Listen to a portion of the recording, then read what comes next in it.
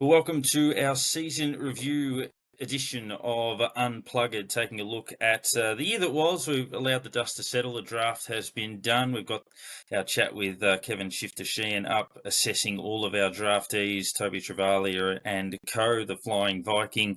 And now we look to pre-season with players coming back and reflect on what was at times a very frustrating year. There were some exciting moments along the way, some very good wins, some very bad losses, but ultimately falling a little bit short of the 2023 run to the finals. But what does it all mean long term? I guess, Nick, I welcome you in your assessments of the season. 3 and 8 became 11 and 12. So doing the maths, that's 8 and 4 in the back half of the year, including wins over Sydney, the grand finalist, and Geelong, the preliminary finalist. Got within 2 points of Port Adelaide, which is a fairly standard practice, and which is why on grand final day I thought Brisbane might win, because we were ultra competitive against all of the top four except them. They blew us apart in the back end of the year, and they looked perhaps a level beyond, whereas the others didn't. But what do you make of it overall? Look, overall, I actually think despite our record and our ladder position being slightly backwards from the year before, I actually think that we got better as a team. I think some players didn't take the next step that we expected, or not quite the next step. We obviously missed a bunch of guys for chunks of the season again, which is, it's tough to swallow when you're trying to take that next step and, play finals consistently and all those sorts of things. But I actually think that we, as a group, took a step forward. I think that we got more mature. We in that first half of the season, we lost games that we won last year. Where there was a couple of points either way. Last year when we got the luck of the dice and we walked away with some points. This year in the first half of the season, we just didn't have that luck. And we couldn't quite turn that couple of point loss into a couple of point win. And then I think as we started to put things together and we got a couple of guys back in the second half of the year, we kind of understood what was required a little bit more, and we got a bit more of that consistency of effort, which the coaching group talks about all the time. And I think you said it, we were competitive against a lot of the good teams in the competition, and a bit more maturity, a bit more consistency, a bit. Sometimes it's just bigger bodies. We've got a young group, and some of them are still quite lightly framed, and we brought a bunch of new kids into the team again this year. Another preseason, another tough preseason on the track, all those sorts of things, some bigger bodies. Maybe all of a sudden those 2 or 3 point losses become a 2 or 3 point win, and we're talking about playing finals again this year. And I think that really is the goal. We saw a bunch of those kids take steps up in the second half of the year, and I think I do really think that we're on the right track. Yeah, we're going to have a chat to Brad Crouch next week, retiring Saints. But if you look at what you gained and what you lost, obviously Darcy Wilson was outstanding, and contributions from a number of others. But, Brad Crouch, 651 possessions, 150 tackles, 120 clearances. You take that out of the midfield and you don't replace it. Obviously, Jack Macrae will end up being that option. Now, that's not the be-all and end-all. I mean, obviously, Max King was hobbled for various parts of the year, but there were other things that were within our control that we didn't do too well. As Ross Lyons said, it was clearly a difficult fixture to start the year, but if you're good enough to handle it, then you do, and we weren't. We didn't deal with it the right way. We failed the test, so to speak. So you learn a bit from that. But then in the second half of the year, I mean, the Sydney game, we felt like we outplayed them in the first half. They then sort of smacked us in the face right before halftime, which could have, put us completely off. But we came again and overran them. The Geelong game was outstanding in the second half. Brisbane thumped us, but then we came back and won 3 in a row. So, there were some character tests later on that we passed. It was obviously pretty clear early that we weren't going to play finals, unfortunately, but we did salvage the season in a pretty good way. Yeah, it was quite funny. We were literally a second half team all year. So our second half of the season was clearly our best. We were clearly a better side in second half of matches. We were improving attack and defense by almost 8 points each way overall for the whole season. And we seem to be a slow starting teams at time. It was a question of were we trying to defend early, or were we trying to, I guess, get a feel at a match, and sometimes these teams would start running away from us. I mean, the Geelong game is probably the best example of anything where we were absolutely horrible for a half of football, and we played one good half of football, and we managed to win, and we actually won it pretty comfortably in the end. It was a strange way the season went in that we just, I don't know, it's a fitness thing, or it's something that we looked at and thought, well, we changed the plan. We changed the plan over the season, or we changed plans halfway through a game, or we change just what we're doing. It was a bit of, I guess, a bright light looking at those, going, hey, we know that good football is there. We know that we can play that kind of football, and hopefully we can find it for 3.5, 4 quarters in most games, or 20 games for the season. We're always going to have to allow 2 or 3 shockers a year. That's always going to be the case. Let's just get that consistency, get it going a little bit earlier on, a little bit early in the season, like last year, like 2023. I mean, we've bookended 23 and 24 amazingly. The gap between about round 11 and last year and round 14 or 13 this year, or probably round 11 or so this year, that gap in the middle there was pretty ordinary. But either side of it, that's some of the best football we've seen for a number of years. So, yeah, if we can put together 20 games, as I said, we've got to allow for a couple that aren't going to be good. Keep the players playing. Like, again, injuries have hurt us this year. Hey, there's every chance that we could be back up there again, and there is shining lights there for us, and yeah, we just need to be able to find them consistently. So yeah, it's a real, I guess, positives there, but obviously we're always still going to be wary of, hey, we could just start the same way we did again this year and be looking at it and going, oh, here we go again, sort of thing, and be chasing the tail from the start of the year. Paco, I heard you talk on another show, I think it was during the week or last week, about percentage and kind of percentage being a way to dictate or understand a team's performance across the course of the season. We finished 11 and 12 with a percentage of 99.4. I mean, that's about as middling, average, middle of the table, middle of the ladder type of final season results as you can get. I mean, does that kind of speak to where you think we were this year? Probably. I mean, our defence was ranked 4th in the last year that Brett Ratten was coach, and was then 1st last year, and back to 4th this year, which is so top 4 defence 3 years in a row. That's a very good cornerstone. But our attack, I think, has been 15th in each of those 3 seasons. So it's when a lot of people talk about it, Ross Lyon style and things like that. It was an issue before that. It was an issue when Richo was coaching it. And its connection, I mean, we've looked at the stats behind it, that St Kilda moved the ball as quickly as just about anyone in the competition. They're slick between the arcs. It's so frustrating, obviously, watching them go inside 50. But percentage measures the balance between your attack and defence. So when you lose, you don't get flogged. When you win, you take control and you can bury sides. And that's why it's a really important gauge as to where a side is at. But if you do look at St Kilda over the journey, so since that finals campaign in 2020, they've gone 10 and 12, 11 and 11, 13 and 11, 11 and 12. So 4 years effectively at about 50% or thereabouts.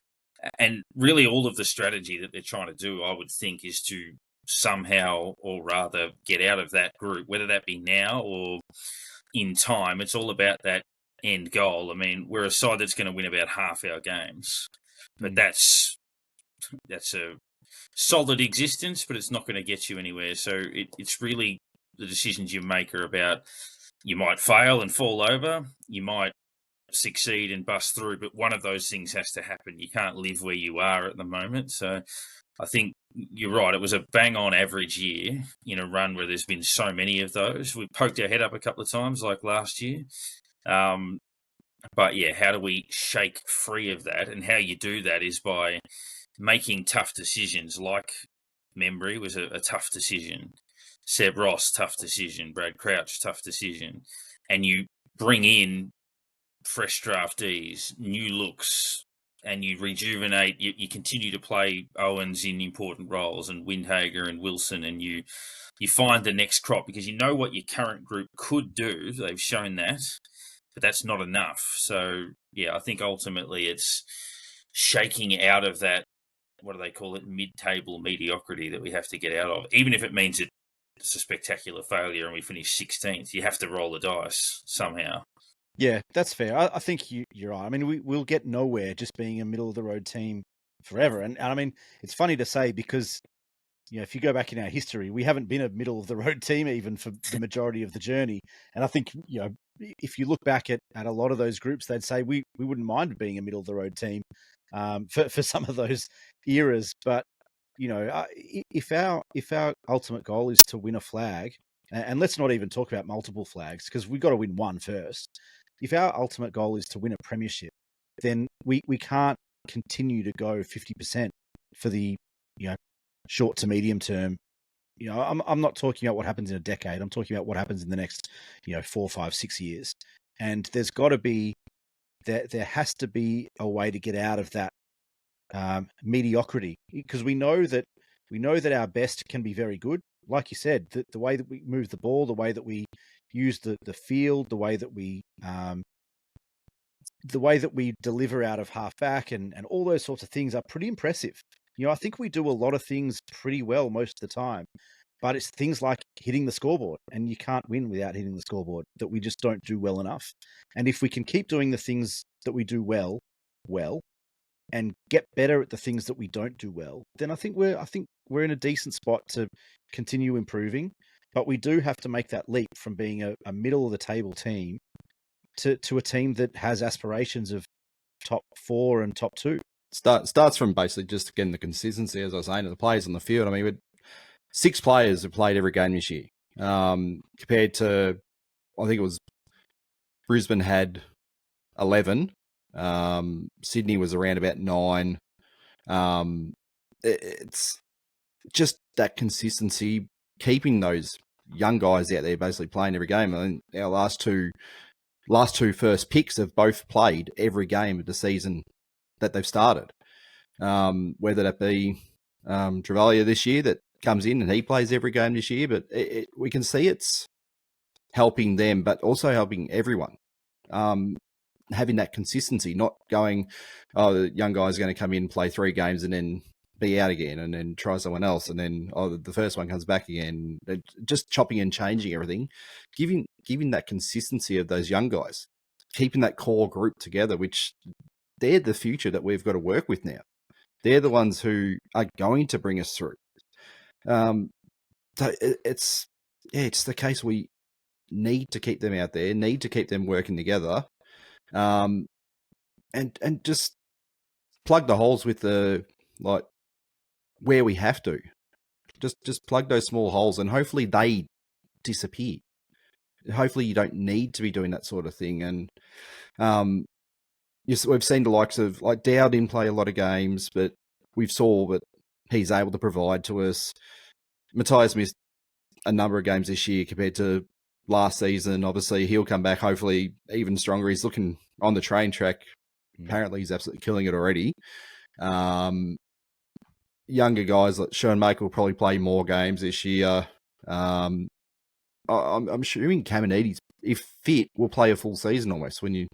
He's almost put his hand up and gone, I'm a top 23 player. I'll play. Well, there's a spot both forward and back for him, isn't it? Yeah. So he'll play every week. He's shown that he's got that versatility we can use. Burns is pushing to possibly play most of the year as well. It's quite a lot of selection there to be able to go. There's players who aren't going to get picked purely because there's players pushing ahead of them. And we're going to see probably a few of our older players or what, sort of fringe players, maybe your likes of Butler and Jones has shown a bit at the end of the year, but he's probably still possibly going to be pushed out by these younger guys at times, and it's it looks good. It looks on paper we've got a good list to work with.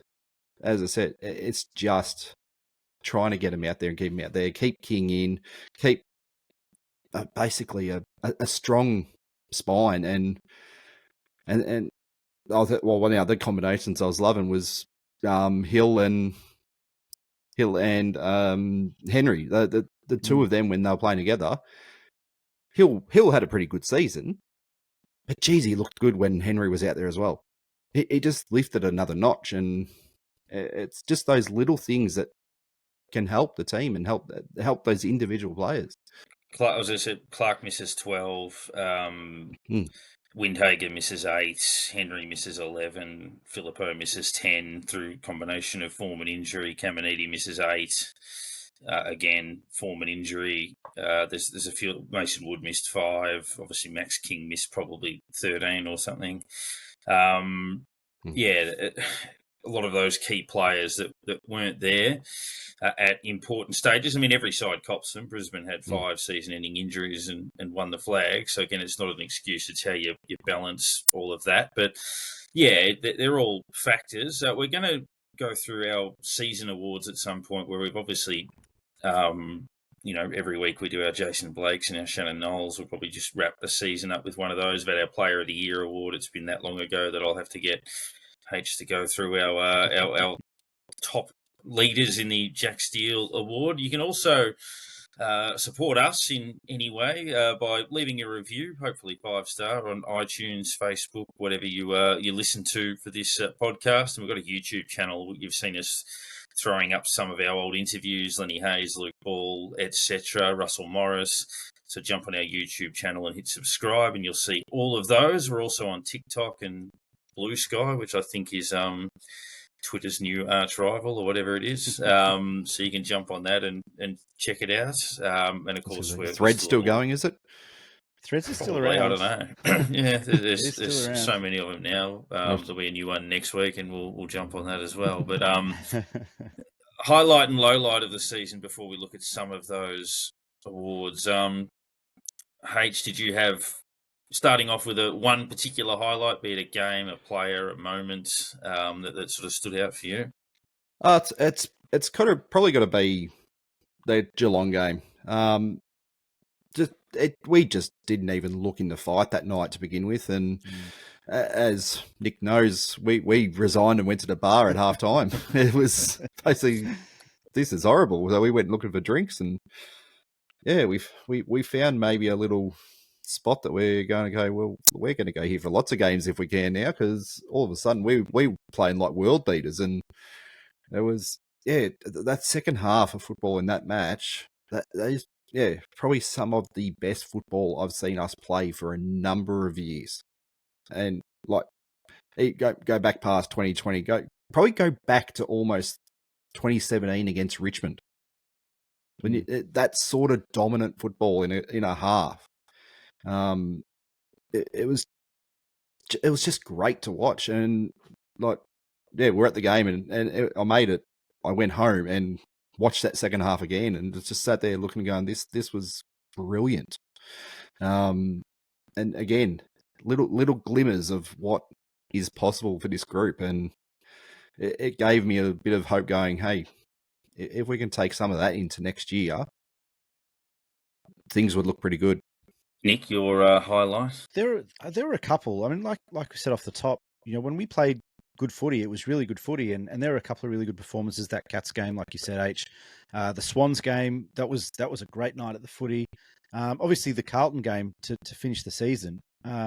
Yes, we know it affected the draft picks and all those sorts of things, but even looking back on it, I would have loved one or two of those midfielders, but I'm not sure I'm giving up a win over Carlton like that, with that sort of atmosphere and so much riding on it for them. I know that it didn't end up costing them all that much in the end, but it was just a great night of footy. beating Collingwood in round 2 was great, and seeing Liam Henry in full flight in that game. That was a really fun day out at the footy as well. But I wanted to give a shout out to Mateus Filippo, because I thought his last month or 6 weeks of the season, he obviously had some niggles, he had some time in the twos, but when he came back in the second half of the year and spent more time on ball, I thought he lifted his own game and the way that he supported his teammates to a completely new level. And I think if he can take a similar step, in that sort of trajectory again next season, then we've got a real special player. That kid can play. I mean, he can do everything really, really well. He doesn't have too many weaknesses. I mean, he's not the fastest, but he's powerful. He's strong. He can get across the ground. He can take a big mark. He's got a laser boot. And he's got leadership oozing out of him. When he's fit and in form, the way that he directs traffic, the way that he brings his teammates into it, the way that he does those 1%ers, the tackles, the smothers, the chasing and harassing and all those sorts of things. He's a future captain potentially. And I think that kid can be that, one of those guys that we missed out on in those top 7 draft picks. We might be talking about Mateus Filippo as that level of midfielder in years to come if he can take another leap. And that was my highlight. I think all the kids that we wanted to take a big step forward. Obviously, we saw Mitch Owens the year previously. Darcy Wilson obviously came in and just ran the entire season, but Filippo taking that step up was super exciting. Yeah, I'm not saying he's either of these two players, so hopefully people don't interpret it that way, but he glides a bit in, say, a Nick Del Santo way, where not quick but smooth.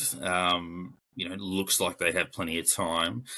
And if you look at this, is one of the stupidest draft decisions we've ever made, and one of the reasons they made it was they felt that Christian Petrarca had what they described as an addictive personality. But what he was addicted to was hard work and effort and training and football, basically. And winning. So he became, yes, that's right. So he became a fanatical football addict. Mateus Filippo seems a bit that way, like he's addicted to the work. He's got a very, strong-willed head on his shoulders and that type of thing, which is a great attitude to have as a player. So I think he's got the appetite for it and he's got the attributes for it, and hopefully with a bit of maturity we see him sort of... He reminds me a bit of Brendan Goddard as well, like just a little bit, that self-confidence. And there is, there can be that fine line between arrogance and confidence, and I'm actually not against a bit of arrogance on the footy field as well. Like, not too much. I mean, you don't want people out there showboating and doing whatever, but someone who really believes in themselves to get the job done and to be able to be that guy who can take the kick at the end of a game, or lift the teammates on the shoulders and those sorts of things. Every team needs those types of players, and I think we might have found one in Mateus Filippo. And they reckon is it Tauru or Tauru? I think it's Tauru, yeah. Tauru, yeah. They reckon there's a little bit similarity in him. What was his comment on draft night where they said Scott Pendlebury, the best player drafted from your club, and he said for now, which I thought was a pretty good answer. But as you're saying, a couple of those in your team can't hurt you. It's just, you want players out there thinking, I'm going to be the best player on the field today. I'm going to be the one who's going to do it. I'm the one who's going to take the responsibility. And that's what it feels like he does sometimes. He goes, I'm going to take this responsibility. He takes a mark 45 out and goes, no, I'm kicking this goal. And you want that, because we do get a few players who get quite nervous in that situation. He just goes, no, I'm going back and doing this. And they've got to be able to back it up. If they're gonna talk the talk and do all that sort of stuff, they've got to be able to back it up. And we've seen that he's got the talent to back it up. We've just got to, what we have to see is whether he's got the ability to string it together for a full season, over and over again, and be that consistent force. But I think he's got it in him. I really do. And just wrapping the highlights up, probably for me, the optimism was high early in the year, that Collingwood game, massive crowd, big win, reigning premiers. That was an exciting night, put together some great footy. There was about 70,000 at that game, and then probably completely ripping Essendon's season to shreds. Was not a bad one to add on top of the Sydney and Geelong wins, which were clearly our two best of the season, with calibre of opposition and the like. The lowlights. Look, there's a few you could probably mention there outside of injuries, but Nick, is there one clear one that stood out, be it a game, a player, or a moment? Yeah, it's actually not that clear. It's actually still quite fuzzy. But the Western Bulldogs loss, that I spent the entire game in the bar because the game itself was so ugly. Thanks, Duncan, for getting me as drunk as just about as I've ever been in my life. That was a clear low light because it's those nights that kind of get you wondering, what are we doing? Where are we, and how are we going to come back from this? And I think we did to some extent, but that was a clear low light for me that night. Yeah, luckily I had basketball that night, so I missed a majority of the game. I think I saw the first, they kicked 6 goals or 7 goals or something in the first 15 minutes. And I was like, yep, I'm out of here. So I was lucky that night. It's probably just the inability of to get Brad Crouch, Jack Hayes, King, at times Henry, players like that out on the field when we could have been using them. And most of them started working and playing really well and then fell over. King started picking up and then dropped off, and then picked up again and then fell off and from the injury. And it was just getting to a point where you go, and he's back here, and then it all happens. And Hayes got in, showed a little bit, and then that was, you go, yep, that's looks like that's over as well. Probably losing Webster for the start of the season, obviously a different circumstance, but those games that he missed left a hole. I mean, definitely. You sort of look back now and go, that gave Bonner the opportunity to come in, which he looks good. But then we realised, okay, well, maybe that's why Port got rid of him. He showed some really good stuff, but then the gap between his best and worst was probably almost the biggest in the side. There was quite a gap there at times, and so it's just those few players that we go, look, we could have built around, and I think King obviously is the main one. Just let's hopefully we can get a full season from him coming up, because that's where we build it. We build around players like him, and hey, if we start using him right as well, he could really dominate. So let's hope he gets 23 games at centre half forward. 27, so 26 would be. We'll look at the finals when we get there. Yeah. 26, because that'll be a top 4 finish, and don't have to muck around with the knockouts. But yeah, I mean, in terms of losses, it felt at the time like that Essendon loss in round 3 was going to hurt us severely, and it did. But rock bottom for me was probably the Melbourne loss at the MCG, where we kicked the first goal of the game and then looked so ordinary for the next 40 minutes, no competitiveness whatsoever. And we're messaging a few Saints fans thinking that, saying it's as grim as you could imagine. And I mean, it turned around a bit from that point, but that felt like the season's rock bottom against the Melbourne side that wasn't doing much. We just didn't fire a shot at all. I think we kicked the last 4 and still lost by 7 goals.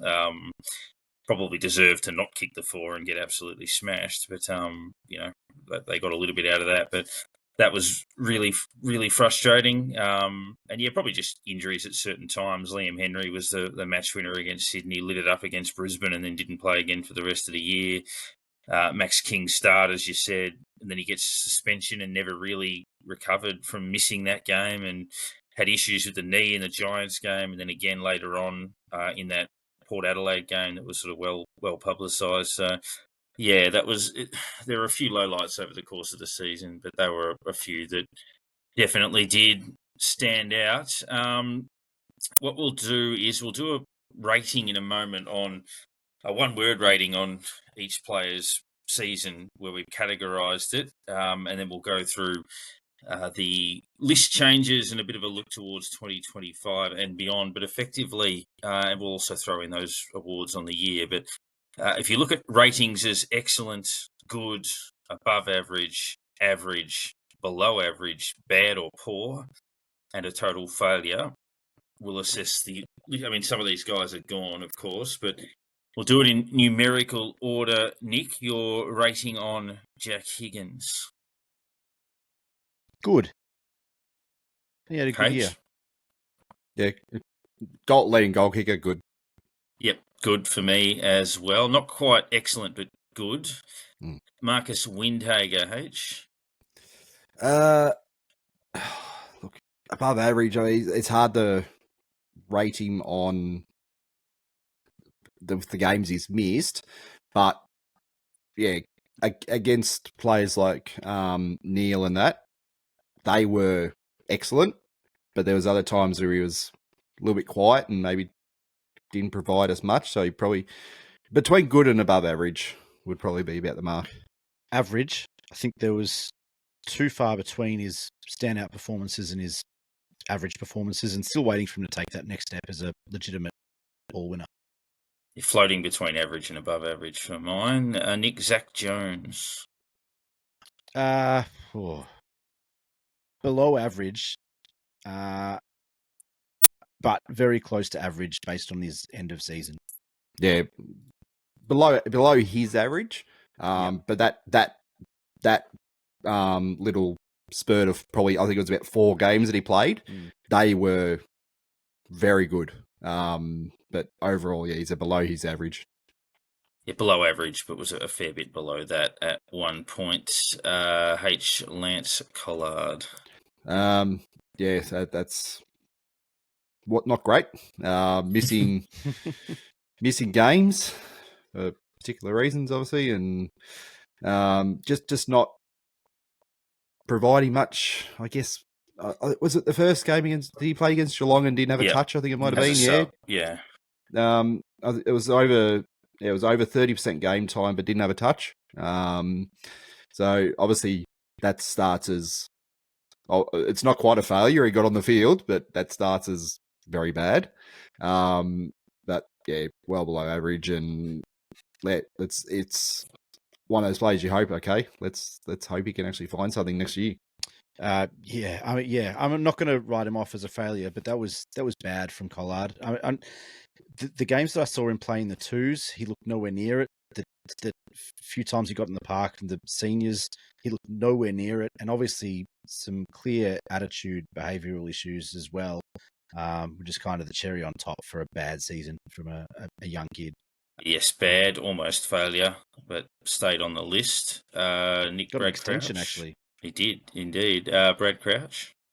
Oh, really tough, because I think he's a really good player and we missed him so much. You almost can't give him a rating except for failure because he just wasn't on the park, unfortunately. Yeah, it ends up being a failure for us, not necessarily him. Can't help injury, and yeah, it's one of those things you go, it's for the team, it is a failure. Hard to argue with any of that. Almost exempt from it though. H. Sebros. Below his average probably was this year. He gave what Sebros gives a lot of the time. He was just use that old term, that good average, good ordinary player, average sort of player, but it was probably just below what he's given us in the last few years. So he's probably just below his average. Below average, great soldier for us, but time's up. The Gladiator, below average season, excellent career. Nick Nasiah Wanganeen-Milera. Excellent. He was one of our standout players all season. And again, just can't wait to see what this kid brings next. I've got to put him up in excellent as well. I've probably reserved it for about 3 players, and he's up in those 3. Yeah, it'll probably be the similar one for me. Brad Hill, H. With Henry or not Henry, it's with Henry well above average to almost good. Without, around about average to above average, but I'd probably have to go in the middle of that above average. He's we've used him better than what we have in previous seasons, which meant he played a bit better football than we've seen. But he's certainly not at that level that we knew he had before he got to us yet. He still hasn't quite got to that, and hopefully if tag teaming with Henry, we can finally see that. I had him somewhere between above average and good, just because I think his floor was higher than it's ever been. I thought his not good performances were way better than they have been in the past, but I also think that he didn't really have the standout excellent performances that we've seen over the last few years. But I thought he was super consistent and pretty good for us most of the year. Yeah, I put him in the good category based on consistency. That's probably second year in a row that he's produced sort of near on career best for us. Nick Jack Steele. It hurts me to say above average, not good, just because, it wasn't the standout Jack Steele that we've seen for the most part, but it was a decent season, first season in a while that he was on the park for the majority of it, and stood up as a leader. Good, but the above average side of good. He struggled with a bit of injury throughout the year, but kept fighting, and it's you can't not admire the dedication to be out there, basically. And so good, but a bit below his best if it was good. Yeah, I slotted him into good based on leadership and durability. First time most games he's played since 2021. Most disposals, clearances, tackles, etc. And I thought he led the side quite well through a difficult period. Mitch Owens. I'm probably being a little bit rough on this one, but what I'm doing is I'm comparing last season, what we saw, to this season. He is below last season. Overall, he's probably average. As a player, he's probably just heading towards above average. So look, I've got to go average because he just had a bit of a fall off from last season. The things we saw last season, we didn't quite see everything come into this year, and I think he just got found out by a number of teams. A number of teams knew, okay, this guy is dangerous. They worked on him. Now he's got to go back the other way and work on them and go, how do I beat them with them knowing how good I am? And so he's, compared to what he's done previously, he's below average, but I mean, overall, pretty much average to where he is at the moment. But let's hope he's way up there again next season. I don't think that's rough at all. I had him below average. I think that he was maybe not a shadow of the player he was the previous year, but there were plenty of times where he just looked lost. And I don't know if it was, I'm not sure it was because of a lack of will or a lack of want, but sometimes it looked like there was a bit of a decrease in effort level and let his head hang down a little bit. But I think he's got the makeup to be a very, very good player. I thought he was treading water a little bit, not a regression, but sort of stagnated on the progress of the year before. So I listed it as average, so bang in the middle. Nick Hunter-Clark. Average, showed signs of being good, but he's got to stay on the park. Yeah, he's a really hard one to rate because he finished the season off really well. That's the one thing I've got to give to him. It starts off almost bad, not having him out there. He started off kind of slowly, so he's a bit below average. But by the end of the season, I looked and go, it was probably around about average, heading towards above average. Just showing that glimpse of what he can do. So I'll give him an average. And again, another one. Just hopefully he can launch into next year. Yeah, I'd suggest it's the same review that we would have done for him nearly every year. Probably average, leaning to above on his performances, but didn't play enough games. Max King, H? Very similar. It's got to be a very similar thing. The amount of games missed, but obviously he missed the end of the season and we didn't get to see, I guess, how he finishes the year off and that sort of thing. And now we got to wait for a full preseason and get back to hopefully have him on the field in round one, and it's when he's out there, he's probably still below average. It's only 1.5 goals a game at the moment. Get that up to 2.5. That's kind of where we need him. And as I said, I'd just love to see him up the ground more. And I think if he gets up the ground, that rating skyrockets. Below average. I thought again he showed signs at times, but his bad was bad. And you know he needs to lift in a bunch of areas to be considered an elite forward. He's not there yet, but he's got the potential. Head down, bum up, big preseason, big season. Yeah, bad year. Capable of a lot more than that, and not all his fault, but in the bad category for underachieving. We needed more, and injuries curtailed him, but put it in the bad category. Nick Ryan Burns. Good. I'm not sure what his ceiling is. I don't think his ceiling is too much higher than what we saw this season, but he's certainly lifted his floor, and he became a really important contributor throughout the course of the season. I thought that was a really good season for Ryan Burns. Yeah, for the opportunity he got, that's the other thing as well. He played not quite 2/3 of the season, and when he did play, he showed us, what he actually can do, and he's now got back-to-back seasons with averaging over 16 touches a game, and it's the sort of player I want to see get more of the ball.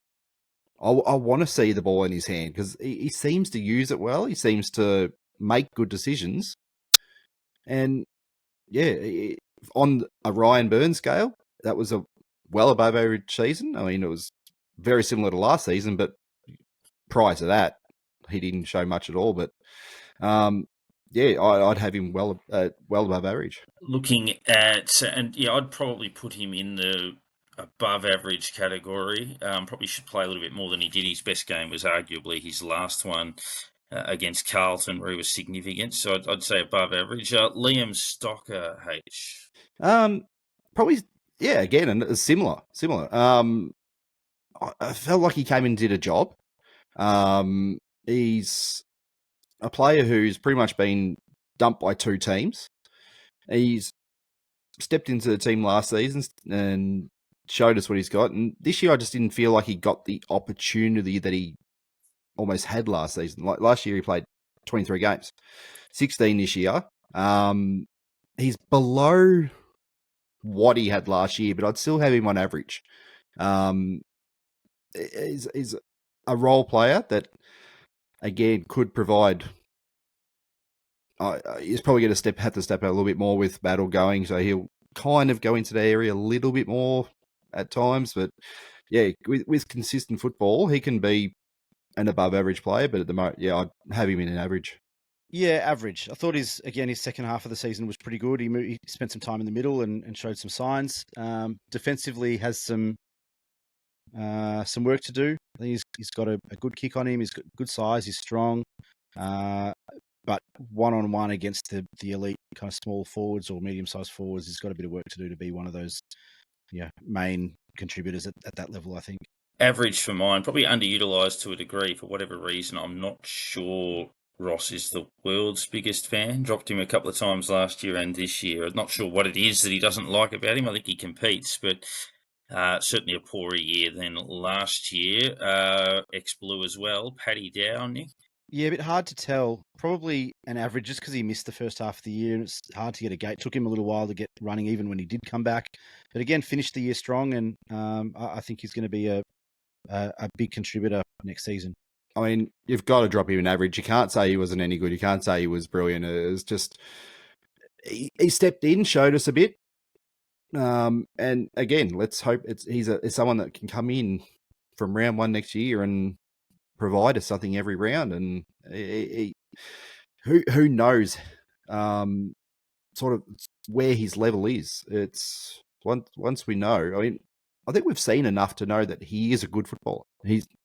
We'll set the average for now, and revisit in 12 months' time, and hopefully he's up to around that good area or whatever. And average, missed the first half of the season with injury, was okay, still has the same limitations, but want to see a bit more of him off a pre-season base. Dan Butler. He's a tough one. Defensively, average. Maybe just going above there. With his pressure and everything. Attackingly, well below average. He just seemed to lose that attacking nous that we know he has. It just was not there. He's dropped away 20 goals from last season. I mean, he's played a few less games this year, but it just didn't feel like he was that player that was going to pop up and kick 3 or 4 and hurt a team, or it did in little spurts. Like, you'd forget he's out there at times. So he's not, I can't call him bad. Overall, probably below average. But that defensive pressure he puts on is really good. He's just got to work on that attacking side and be dangerous. Agreed. Average. I thought, he was back to the work ethic and defensive pressure, etc., that we need from him. And I think the scoreboard stuff will come. We know that if you put the defensive stuff on the field, then you will end up hitting the scoreboard. The rewards will come either for you or for your teammates. And I think that's back to where it needs to be. But he does need to hit the scoreboard a bit more regularly. Thought he was completely finished at the halfway point of the season. Salvaged himself a little bit in a sort of Tim Membry type way. So ended up being average or below average, but maybe some light at the end of the tunnel potentially for him. Nick, Isaac Keeler. Just haven't seen enough of him. I thought he played pretty decently at Sandy, but from a senior performance perspective, it's an NA, if not a failure, just because he didn't get there. Yeah, probably bang on average, H. Yeah, I didn't see enough AFL. The bits and pieces I did see looked okay, but yeah, we kind of can't work on it until he gets into the seniors. Hopefully we're rating him more in 12 months' time. Jack Hayes, again, Brownlow votes, and then out of the side a week later, never to play again, H. Yeah, that unfortunately probably goes down as a failure now, and it's sad to see because, yeah, they absolutely shot onto the scene, and just those dodgy knee, and that's sadly the end of it for us. And there was chances he was going to go to Collingwood and get another go, but yeah, failed the fitness test there, it sounds like, as well. And I assume it's back to the sandful now, but as good as he looked early. Has to be a failure. I mean, dude has talent, there's no doubt, but just could not get his body right. And I think that kind of shows in the fact that he's not going to be in the AFL next year. Yeah, it could have been anything, and very St Kilda thing, unfortunately, to have it go the way it did. Get the feeling this might be one of those ones that is reserved for the top bracket. But Nick, Rowan Marshall? Yeah, I mean, he's one of those few that H mentioned. He's excellent. He had another elite season to the point where he's in the top bracket of ruckman in the competition. Maybe not for his ruck work, but his around the ground ability, at ground level, marking, hitting the scoreboard in the second half. And I do think that his ruck craft is improving as well. I think he had a sensational season. Lost his magnet on All Australian night. They 100% forgot him. That's the only explanation for it. But excellent, hey? Yeah, I was about to say it's excellent, spelled with 2 A's. That's yeah, that's that's still a head scratcher. This guy can be as well, H. Dougal Howard. Excellent 1 minute, failure to next. That's he's an enigma. This guy. He's basically you got to put him average for that case, because I mean we didn't actually I'd even lift him up towards above average. We didn't see as many Dougalisms as normal, so it was comparing to what he was previously. Yeah, probably one of the better defenders in the league. We just missed him in a number of games this season, and it did show when he wasn't there at times. And yeah, so average maybe just above average. Yeah, spoil, defend, but don't get the ball would be my advice. I thought he was better this year, and we missed him when he didn't play, so I'd put him in the above average camp, Nick. I had him above average. I thought when he came back in the second half of the season, he was good. I thought he was really good actually when he came back in the team. Like you said, do the simple things. Get your fist in. Be a defender. Don't worry about being creative and all those sorts of things. Let the other blokes do that. Just do your job and stop the other bloke from taking a mark and kicking a goal. And he's a really good player. Don't think about it. I mean this in a non-disrespectful way at all, but Zane Cordy stays on our list. I thought there might have been some temptation structure-wise to move him on, but he's there and he always does a job. Didn't play as much this year. They'd probably put him in the average category because when they called upon him, he was all right. They just didn't call upon him as much. Nick? Yeah, about the same. I don't think he made too many mistakes. I don't think he really put a foot wrong. But he's a backup for a reason, and hopefully he stays a backup and doesn't get a run next year because that means we're in a pretty good spot. Yeah, that sums it up pretty well. When he was called upon, he did what he had to do, and he just one of those average players that we occasionally have to drag in. Angus Hasty, sorry, I've gone ahead. Darcy Wilson, number 22, H. It's hard to rate, obviously, a first-year player. Started off good, dropped away, probably dropped below average, but came back again. I'd have him above average. Just good to see him back it up in a second year. We hopefully don't have that second year thing with a player dropping off. It'd be good to see him up there in that top few in the team this year.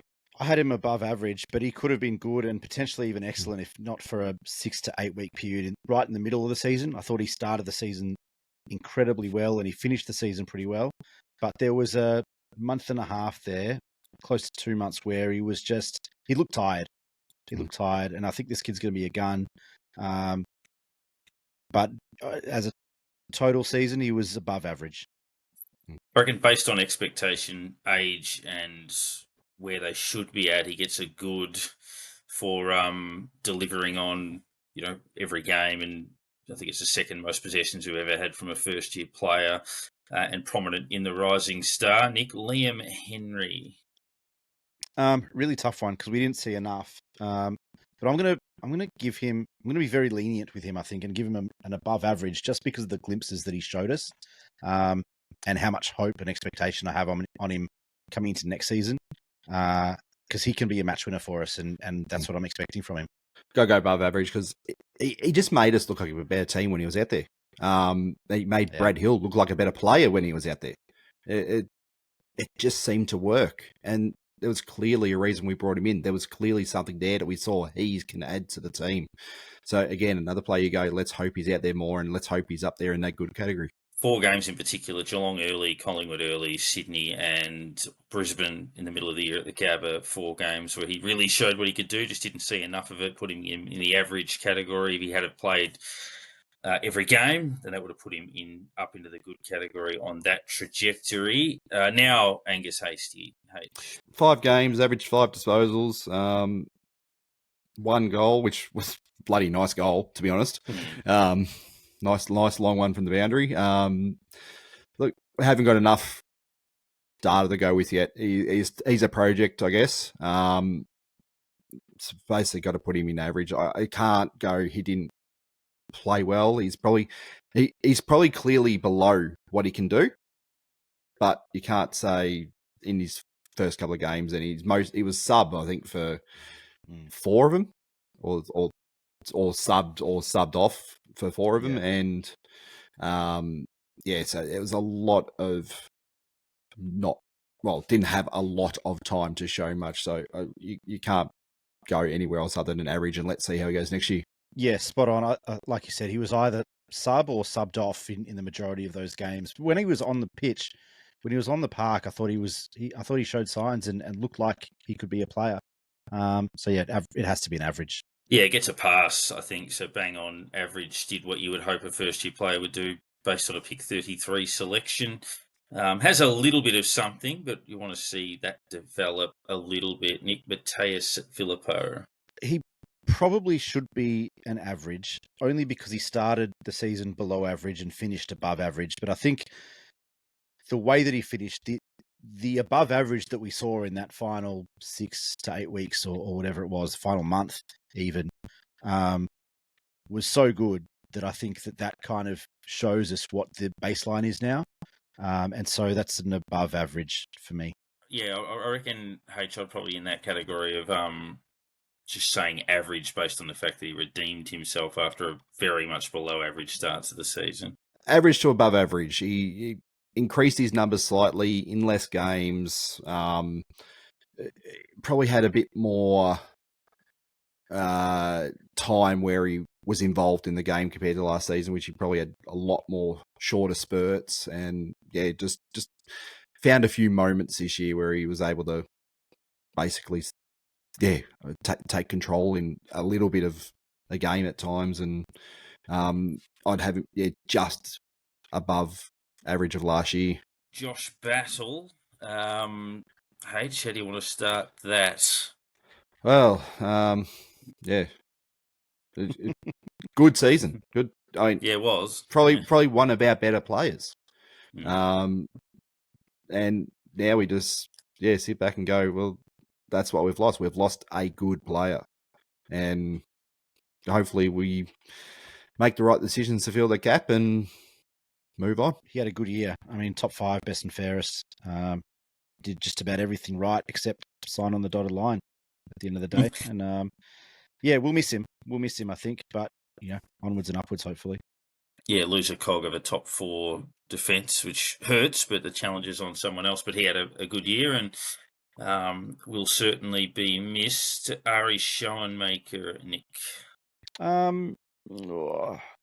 Tough because I like the kid. Just on average, just again, we didn't quite see enough.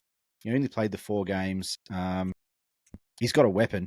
He's got an absolute weapon, and I hope that we see it. I hope that he's one of the guys that comes in to fill the loss of Josh Battle next season, because I think that he can offer an option for us in that role. That kind of third tall doesn't have to be too defensive minded and can use his legs on the way back. But yeah, it's got to be an average just because we didn't see enough of him.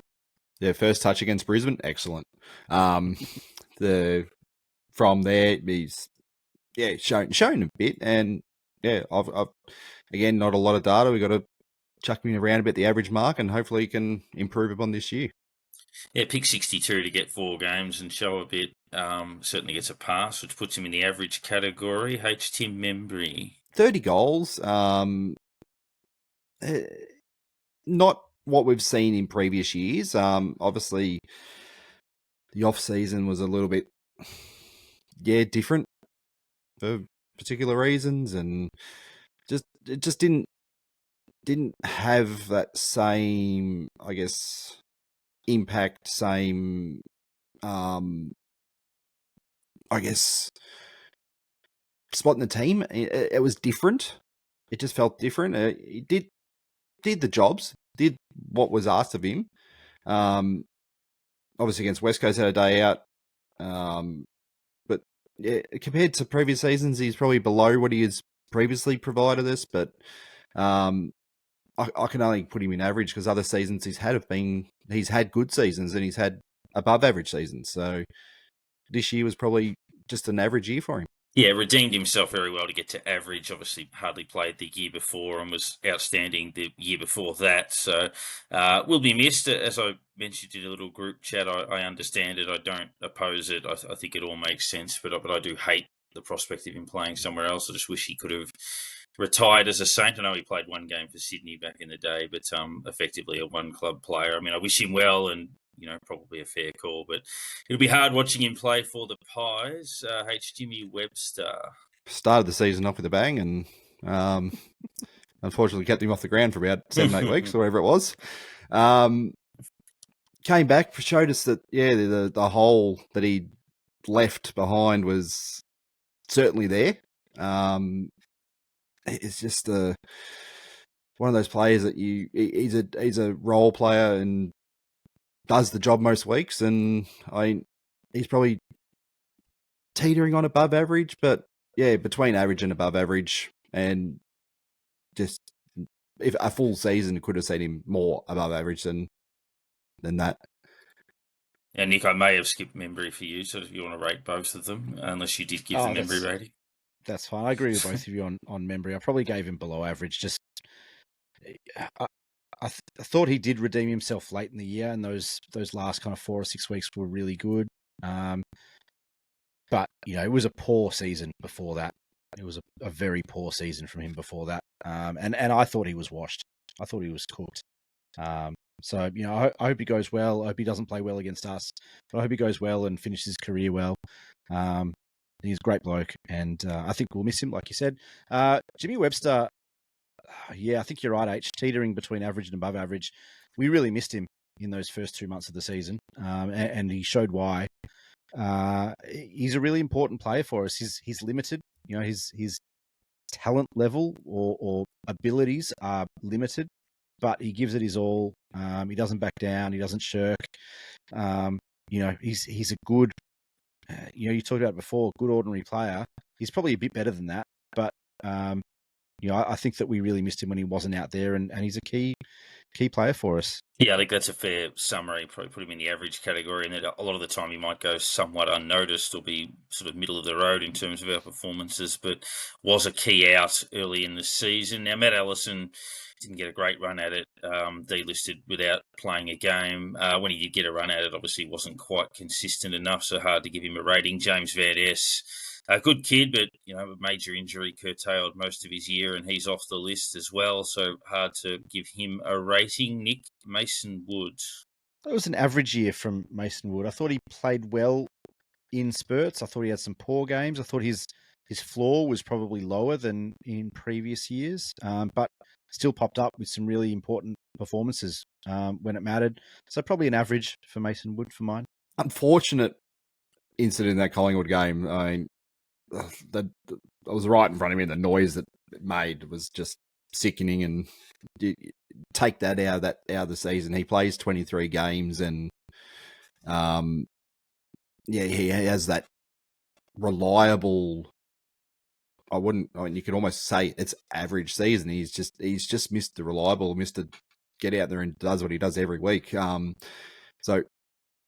I'm not giving above average, but he's just above.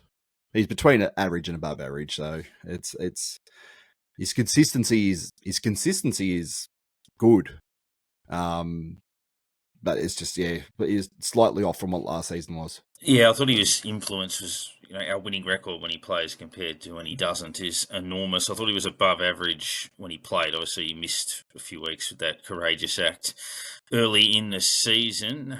Ben Patton, now a Swan, played 4 games. Well below what we had seen. That unfortunate injury wrecked what could have probably been a good player. What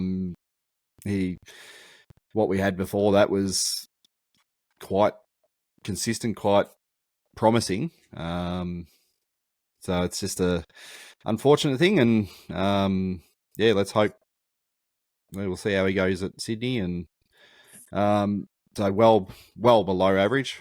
I wouldn't say I couldn't put it bad because of what had happened and everything, and we've seen players that never come back from that sort of thing, and so he's well below average, I'd have to say. Yeah, below average. It's a shame because I think he was, before that leg injury, he was a top 10 small defender in the competition, and had done it for an entire season. So that was a real shame, and he was never able to kind of get back to that. But yeah, it's a shame. Again, wish him well. I hope he gets an opportunity with the Swans. Just hope he doesn't play well against us. Yeah, below average to bad, and for all those reasons, cruelled by that training mishap and never really recovered. Similar to Nick Caulfield, who left the club, that just didn't get enough momentum. Hugo Garcia, I'd suggest the second best of our kids for the season behind Darcy Wilson. 9 games showed plenty. I would put him at above average, Nick. Yeah, 100% above average. I thought he's one of those guys that got the most out of every minute he spent on the park, and just did all those effort things that you want to see when you're not, you might only get 20% game time, 30% game time, but you give it everything that you've got for those 35 minutes or whatever it is. And just the effort, the willpower, the mentality that I'm just going to give it everything for a short burst and throw whatever I've got. And yeah, it was really impressive when he got his opportunities. Probably the one shining light in the game against the Bulldogs on that night. It was probably almost one of our best players that night. And weirdly enough, I think it was the one player this season who was a sub who didn't go on in a match. And obviously got no opportunity that day, but yeah, a first-year player. If that's his average, then and he can rise above that, then we've got someone pretty good on our hands here. Yeah, very competitive beast, and excited to see what the future holds. Jack Sinclair missed the first game, but then resumed normal transmission. Yeah, he jumps up into the excellent category. As ain't the slow start, but well and truly made up for it. Probably obviously below what we saw previous year, the previous years. But as I said, when he got back into it, he was right into it. He gave everything. He moved well, provided well. Just got to that point again at the end of the season where we know he's at. So to push him back a level would probably be a bit harsh on him to say, no, I'm looking at where he finished the year, and that was really good. I'm going to be that little bit harsh. I've got him a step below just because he didn't quite reach the heights. I thought he started the season slow. It took him a little while. He obviously disrupted preseason, and that showed for the first probably 8 weeks of the year. When he got into gear, he really got into gear and was excellent after that. He still made up enough ground to finish second in the best and fairest, and another All-Australian. But it was a step below, I guess, what we've become accustomed to from him over the course of the season. Yeah, I'd put him at very good, sort of halfway between good and excellent. Not as many dominant games, but overall a very consistent year and probably really interested to see what happens with him next year. Does he spend more time in the middle? Does he still come off halfback on the wing? I really don't know what that looks like. Perhaps an on-baller as they bridge the gap, maybe. Riley Bonner, it was interesting. I mentioned during the year that I felt like he was playing a different game and hadn't entirely connected, and get the feeling they saw it that way. I was sitting there when Brisbane belted us at the end of the year, and there's one where he turned the ball over on the wing, and then the ball was kicked back to him against Bailey, and he got muscled out of the way, and Bailey ran into an open goal. And I remember thinking, geez, Ross will be filthy with that. And halftime was 5 minutes later, and he subbed Riley Bonner out. He never played again and got delisted. So obviously he was pretty shirty at that. But I'd suggest, I don't know, how do you grade him, to be honest? Like he did some good things, but there was always a little bit of a disjointed there. I'd suggest ultimately you have to say below average because he didn't fit the need, Nick. We spoke about it at the end of the season. To have a guy play 19 games and get delisted is bizarre. It's pretty rare. When he had the ball, he looked like he could do some things and showed some signs. But then other times he looked completely lost. Like you said, there were moments where he looked like he was playing a different game, and I think it's a really good way of putting it. And I do feel harsh giving him a below average because he played majority of the season, and he played a role for the most part, but it just felt disappointing most of the time. Statistically, it was probably his best season of his career. But yeah, it's just the usage of the ball and the reading of the play that puts him down well below average. He provided something for a while, but it was just those errors and everything in between that caused the issues, it seems. So unfortunately, he's below average and out the door. Tom Campbell, probably hard to give him a rating because he does a job. Now at Melbourne, played 2 games, was okay in those 2 games. He'd say below average just based on the virtue of you didn't see enough of it, but that's probably a good thing that he wasn't called upon, H. Yeah, I 4 games for us, didn't win one of them, or like in 2 years. Sandringham, well, he won the best and fairest at Sandy, didn't he? So Again, I think yeah. second year in a row, and obviously excellent in the VFL, but not enough data for us in the AFL to really give him much of a rating, and it's not bad. It's just well below average.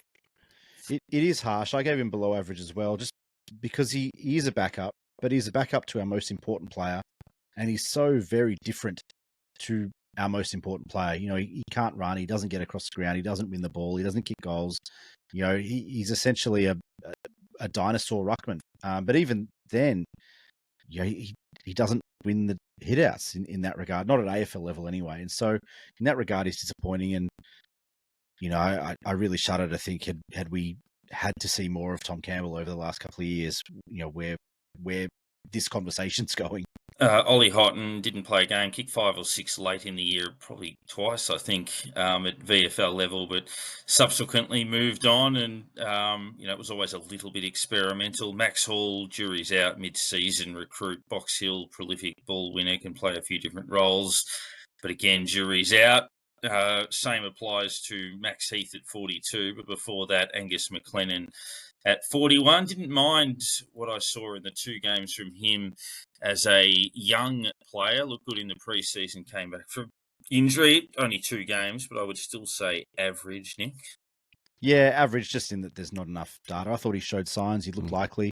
And if he's, one of those guys that's kind of 30, 28 to 30 on the list and comes in, fills a gap to for an injury or whatever, then fine. And maybe he can show a bit more and maybe earn his way into being a more regular emergency or whatever. But I think that, we are making steps to kind of bolster our midfield and the wings and all those sorts of things. So it's going to be harder for him to get a run in the seniors unless there are injuries or suspensions or whatever. But I thought he showed a bit. It's an average for me.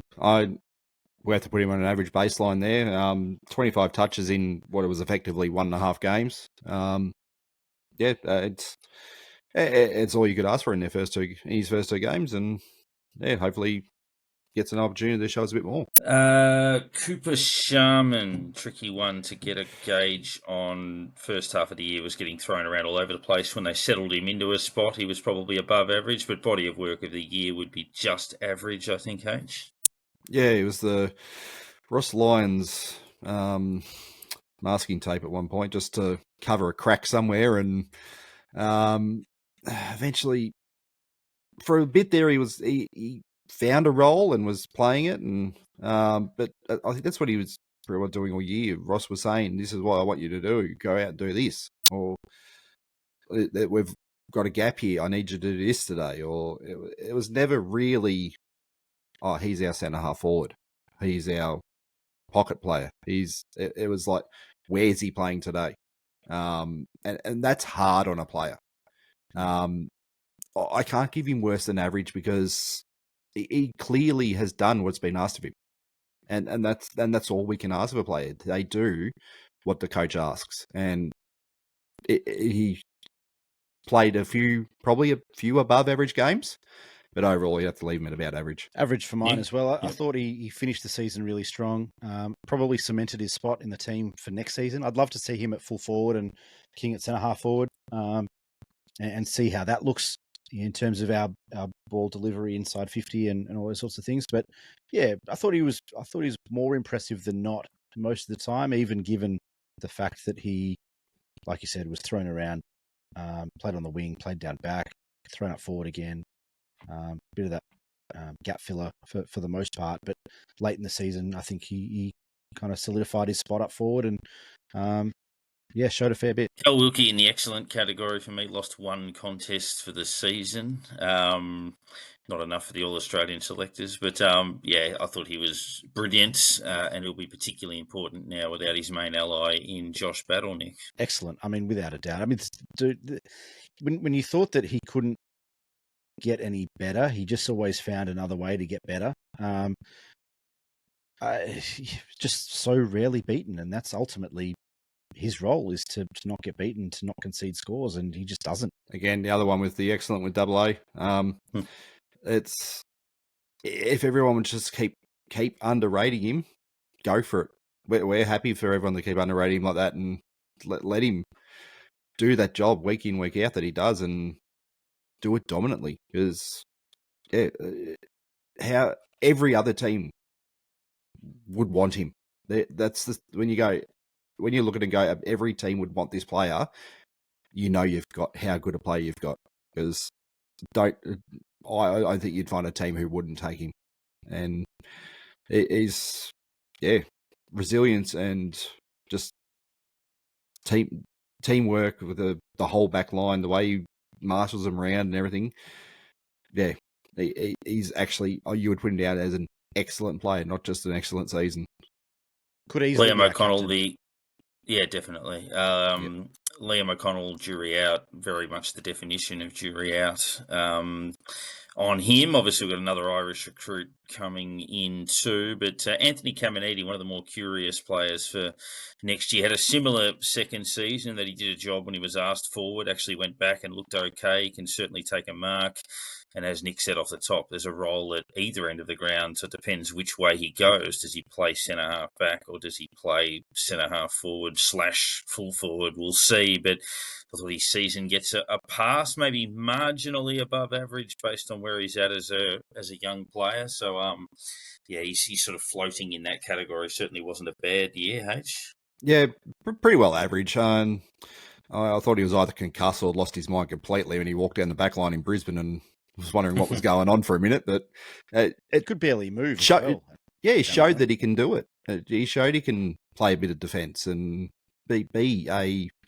I mean, we're saying it was a bit hard on Sharman doing that sort of thing, but yeah, it could be good for experience for him, learning like we saw Revolt doing his first season, played down backline just to learn bits and pieces that he didn't understand maybe as well as what he could. Maybe there was just a little learning thing that Ross said, go down and watch what other forwards do. And yeah, if we see him move back up forward again and have a few different tricks, we'd know that sort of thing worked. That wraps our 45. I think we go down to, obviously the list changes for next year. We'll tack a lot of the preview of next season onto the back of our chat with Brad Crouch, sort of rubber banding the year. But obviously the draft wrap with Shifter is online. We bring in Toby Travalia, a Bendigo lad, Alex Taru, the Gippslander, the Flying Viking. We picked up Alex Dodson, probably the best ruckman in the draft, Hugh Boxall from under the Eagles' nose in the West, James Barrett, a defender, also from Bendigo, and Amon Armstrong, the second of those Irish recruits on our list, a prodigious talent, very young. Patrick Said as well, sharpshooter, kicked something like 25 goals, 8 from his opportunities through the season. Jack Carroll comes across from the Blues, and of course Jack McRae. And we've mentioned the delistings and players moving on. Before we wrap up, as I said, we'll take a look towards next year on our next chat. The awards, just one final one for the year, the Shannon Noll and the Jason Blake. Nick, I'll get you to kick it off with you roll both of them out at once, your Jason Blake and your Shannon Noll. So who needs to lift heading into 2025 on the basis of this year, and who flew under the radar? It's really tough on the basis of the whole season. I think, we talked about Mateus Filippo, and if Filippo can lift to the level that we saw in the last month and a half, 2 months for an entire season, then we're in a really good spot, and he's going to be a really important player for a decade for us. That's not meant as a negative, I guess, a little bit like the Shannon Noll can be, but if he can lift to that point and play that level of footy consistently, then I think we're doing okay. Jason Blake, I wanted to give a shout out to Bradley Hill. We spoke about him a little bit earlier, and I think probably didn't get the credit that he deserves most weeks, just because he didn't have those standout performances, the 32 and kick 2 or whatever. But I thought he was so consistent, like you said, Parko. Probably the second year in a row that he's kind of lifted that consistency across the majority of the season. And I think just he didn't play any bad games. I don't think. Previously he might have 2 or 3 standout games and maybe 2 or 3 really poor games. I don't think he had any poor games. He was really consistent, did his job. He's really stepped up as a senior member of this team and a leader of this team. And just wanted to give him a bit of a shout out, I think. So Shannon Noll would have to do, not through much of his own fault, but Max King. I want to see him lift this next season. We need him in there. We need him playing well. We need him just being a target, getting up there, doing everything up the forward line that we know he can do and will do. We just need to see it consistently. As for Jason Blake, yeah. I was almost going to give it probably to Darcy Wilson. He started off with a bit of hype, this kid's going to be really good, dropped away, and he kind of lost a lot of that notice in the media sort of thing. But he came back and gave us, towards the end of the season, picked up again, gave us some really good football. Game against Geelong, he played really well. It was, but he didn't get that notification from the media and everything again at that point. Like, it felt like he went into almost rising star favoritism the second he got tackled by Reed, but it just didn't pick back up after that. And he's probably the player I can see has the ability to control a game, have the ability to really, just provide us something, provide us that run, provide us that really good outlet to move the ball. He's got reasonable disposal. He'll get better at that. And just for the overall season, he probably could have got a bit more notification, probably a few more votes in the Rising Star that he didn't get, which probably deserved a bit more notice there. So it'd be good to see him prove that wrong and really take off. My Shannon Noll, not his fault, but Liam Henry played 12 games. I think he can be a genuine X factor for us. Was hugely influential in at least half of those games that he did play. So just makes us better, gives us a real spark. So if he can provide that for us, it would be terrific. And I'm going to give a couple of contenders for the Jason Blake. I thought about Mason Wood for his consistency. I thought about even Jack Steele, who's got another award named after him. But a guy that I reckon I would have given the Shannon Noll to maybe 15 times in the last 3 years is Jack Higgins. I think he was consistently a really steady forward for us. So he gets the Jason Blake, perhaps for the first time, 36 goals for the season. Was a genuine match winner a few times. And I thought small forwards always frustrate. Stephen Milne even used to have frustrating moments as the best small forward we ever had, where you sort of scratch your head thinking, why'd you do that for? Why'd you have a shot? Why'd you play on? Why'd you kick it on your left foot? Like those sorts of things. But I think on the most part, he stood up and was very good. And I think more of that can only be a benefit for us. Just the final point will be made on the MVP. As we said, we've got some listener questions which we'll go through next week, and expectations on the season, which we'll go through next week. But H, how did our MVP, when I say MVP, the Jack Steele celebration, or the Jack Steele, I was going to say memorial, but he's not there, the Jack Steele, commemoration award? Well, a couple of names that we've actually just mentioned there, so I'm just going to run down the top 10. So 10th, Mason Wood and Darcy Wilson, both tied there, so it as fits in pretty well with there. They may not have been right up the top there, but they're in that top 10. Consistent, just played really well. 9th, one vote ahead of them was Matthias Philippou. 5 votes ahead of there. In 8th was Windhager. Ahead of him in 7th, Brett Hill. 5th, we had another tie between Cal Wilkie and Josh Battle. Interestingly enough, the two defenders getting the same amount of votes as each other. 4th was Naz. At one point, we thought he was probably going to be the one flying out in the lead, and he led for a bit, but just sort of tailed off towards Couple of quiet games mid-year and then the year sort of thing. Not winning his own award in third was Jack Steele. 75 votes for the season, and it was best on ground twice, which is interesting. Being in third when Naz in fourth actually had 5 best on ground. So it shows you how the votes can, I guess, be more consistent. You'll obviously finish higher up, and Naz had those few outstanding games, I guess, and dropped away in others. So Jack Steele's just a consistent player who picks up votes here and there and everywhere. So polled in 21 games, which is actually the most out of anyone. Second, Jack Sinclair, only 3 votes ahead of him with 78. Was the 6th best on grounds, which was the highest in the team. Obviously, a lot of them came more towards the end of the season, but well out in front. So, Steele 75, Sinclair 78, Rowan Marshall on 100 votes. Polled in 20 games, only missed, I think it was, the Bulldogs game, the Port game, and the Melbourne game that didn't get votes in. Polled the highest tally for a single game for the year against Freo. We got 14 votes in one match. It's almost half of the available votes.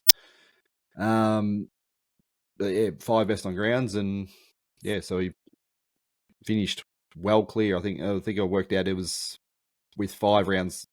If you go back 5 rounds, he had enough to win it at that point. So, and consolidate it with an 11 against Richmond. So it was on a board high polling votes. On a board goes Jack Steele, Jack Sinclair, and now Rowan Marshall. So been a healthy run since our debut in 2020. So that's the rubber band on the year. We will obviously speak to Brad Crouch, which is not so much a review of the season because he only played the 1 game, but a review of his time at the Saints. That'll come next week, and then we'll cast the eye forward to 2025 and look at our expectations and answer some of your questions. But thank you for tuning in. Let us know in the comments on our ratings for those particular players and how you saw it, and maybe your award winners over the course of the year. But that was the season that was. We'll wish you a Merry Christmas effectively next week, but stay safe this holiday season, and we'll catch you again soon.